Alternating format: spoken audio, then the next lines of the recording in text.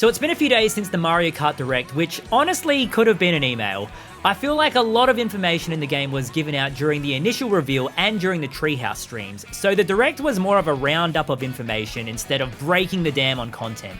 But for people who don't live chronically online like myself, you probably would have had a much better time if you saw everything for the first time in the Direct, instead of watching everything and then waiting a couple weeks to hear everything all over again. Mario Kart World looks to be an incredible game, but with all the attention online seemingly focusing on the infamous $80 price tag, it's getting kinda hard to find videos that don't just focus on that one glaring issue and actually talk about the game itself.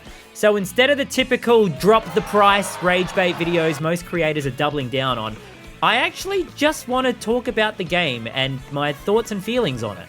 I just have a lot of feelings. Okay, go home. There are some great things about it, but there are also a couple concerns too which I want to highlight, and yes, one of them is the price, but it's not the whole video. I've been playing Mario Kart since forever and have dabbled in competitive play in the past, so I'm super excited to play a brand new kart game since we've been playing Mario Kart 8 and Deluxe for over 10 years now.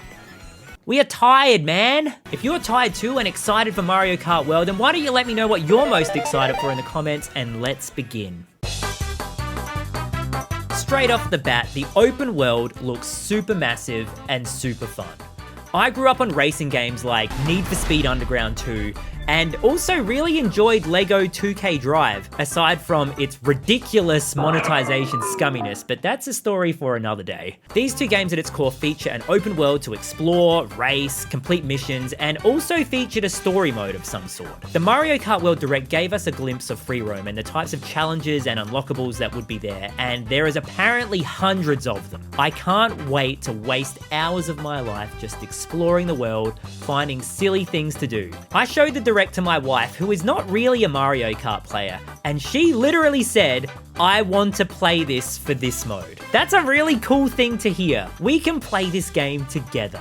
Me and my wife together. A lot of Mario Kart diehards will probably be focused on racing and knockout tour, but I think we're underestimating just how good free roam will be for kids and casual players to jump in and enjoy themselves without the stress of constant competition for first place. One thing I'm really hoping for in this mode, but not holding my breath on, is that there is some sort of story element involved in free roam to bring all these collectible hunting and challenges together. Imagine being able to complete races with friends in free roam that go towards a story goal. That would be insane.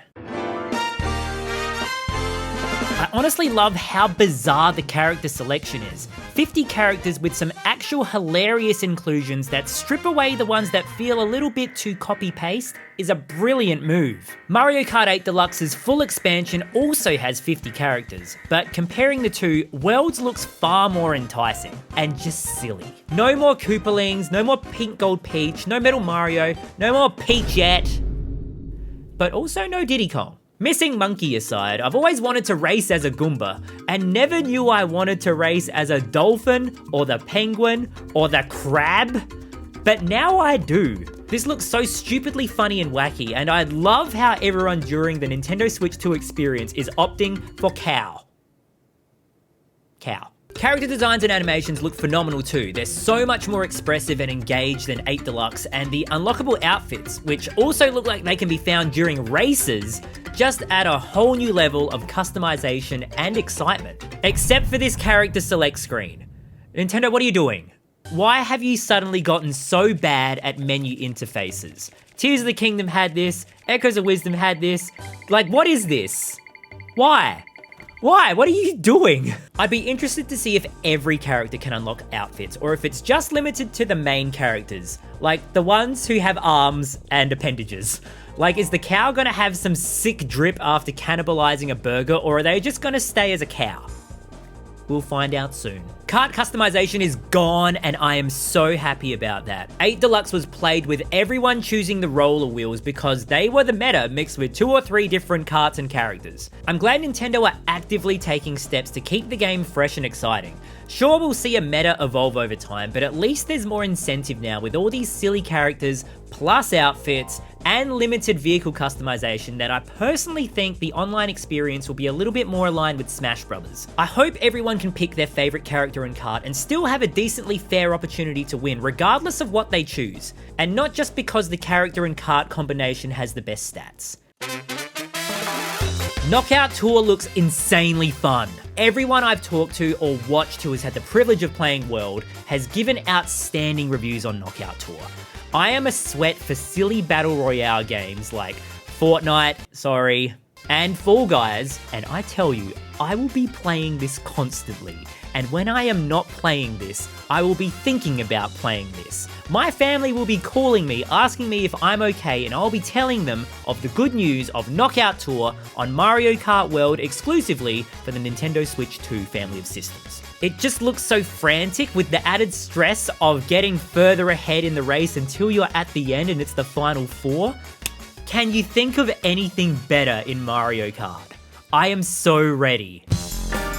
I love that Grand Prix mode is evolving into its own thing and not just the 4 courses played back to back, but instead you travel to the next course. I'm also glad it features customization. If you're not a fan of traveling to and from the different course in Grand Prix mode, you can change it to be a more traditional Mario Kart experience. Grand Prix mode is usually a play it once and you're done kind of deal, so I'm all for it to change to differentiate this mode from regular online play because that's basically what we're gonna get, just circuits. Some people might not like the long straights of the countryside, and that's cool. You can change it to suit what you enjoy most. I personally think it'll be fine, especially with 24 players. I think, and I hope, that the world will be vibrant and alive enough to keep those journeys to the next destination exciting and different. Driving in Mario Kart World looks insane. All these new mechanics introduced are going to give this game a whole new skill ceiling as opposed to bagging. Boost jumps, rail grinding, driving on walls, new item introductions, and rebalancing of old items looks to shake up Mario Kart and deliver a new driving experience like no other. Unless you play Sonic Racing. The hammer item looks really interesting, and I'm glad to see the Mega Mushroom back. But I think the most interesting item so far is the Kamek item. From what I can tell, it looks like it'll change characters and cause chaos that's dependent on where you actually are on the map. Like there were charging chucks on the road here, so everyone turned into a charging chuck. I've seen Knockout Tour videos though where Kamek does different things on different courses. I don't know if that's correct though, it's just kind of what I've seen, so I guess we'll wait and see. Getting hit by items looks to be more physics-based too, kind of like in Double Dash where momentum and kart direction plays a big part in how you recover from hits. There were parts of the Direct where the driving looked to be just blisteringly fast, and the open world style of the courses themselves seemed to open up multiple routes. So there will be tons of experimentation, and that excites me greatly. Now here's the stuff that concerns me about Mario Kart World. There's not much, but let's get the big one out the way first, and surprise, surprise, yes, it's the price. Now, I am going to buy this game, and I am probably going to enjoy it very much. My concern with pricing isn't necessarily the fact that it's $80 US. I'm not sure how it is in America, let me know if it's the same, but in Australia, a lot of our retailers price games pretty competitively against the MSRP, so you'll find them fairly cheap compared to the US dollar as well. For example, regular $60 US games are $70 here, when they should be $90 Australian dollars, and $70 US games are only $80 Australian dollars here, when they should be about $109 Australian dollars, which is what Mario Kart World is priced as for most retailers here, except EB Games. Anyway, the point I was getting to, Doug Bowser talked about the pricing of Mario Kart World and stated that I would say it's less about the strategy of pricing Mario Kart World, it's more just whenever we look at a given game, we just look at what is the experience and what's the content and what's the value. We essentially saw the same variable pricing for Tears of the Kingdom, where a much bigger experience would mean a higher price point.